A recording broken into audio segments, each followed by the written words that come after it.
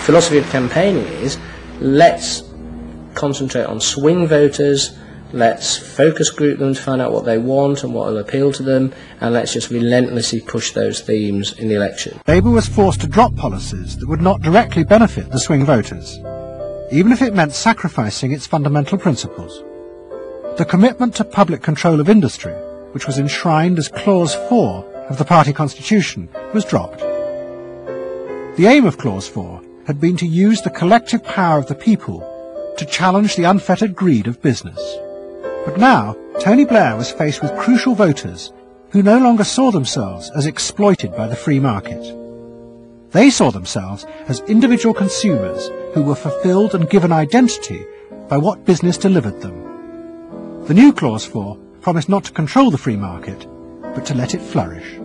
Business is more powerful than government. It is quicker, it is more creative.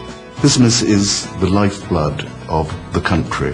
From this come all the benefits that society needs: employment, investment. I think, frankly, there is only one party getting business right, and that's New Labour. What New Labour did, it suits people who exert power in society not through the political system, or not through the democratic political system. So it suits big business, and it suits entrenched interest, and it suits the status quo. You know, those three things, of course, just off the top of my head, being the things that the Labour Party is supposed to be, you know, a counterforce to. What that means is big business get to carry on exerting their power behind the scenes, getting their way, because there's no countervailing pressure. Countervailing pressure isn't going to come from, you know, 8 people sipping wine in Kettering. And so you have a problem in terms of deciding what you're going to do if all you do is actually listen to a mass of individual opinions that are forever fluctuating and don't really have any coherence, and crucially are not set in context. So that's why people can say, you know, I want lower taxes and better public services. Of course they do.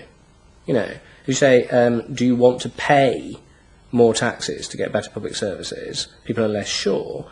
They then don't believe that if they do pay more taxes, they will be spent on better public services. So you end up in this quagmire where, you know, the truth is a politician has to say, look, this is what I believe. I believe that you should pay slightly more taxes to make better public services, and I pledge that I'm competent enough to actually use that money wisely. Do you want that? Vote for me, yes or no.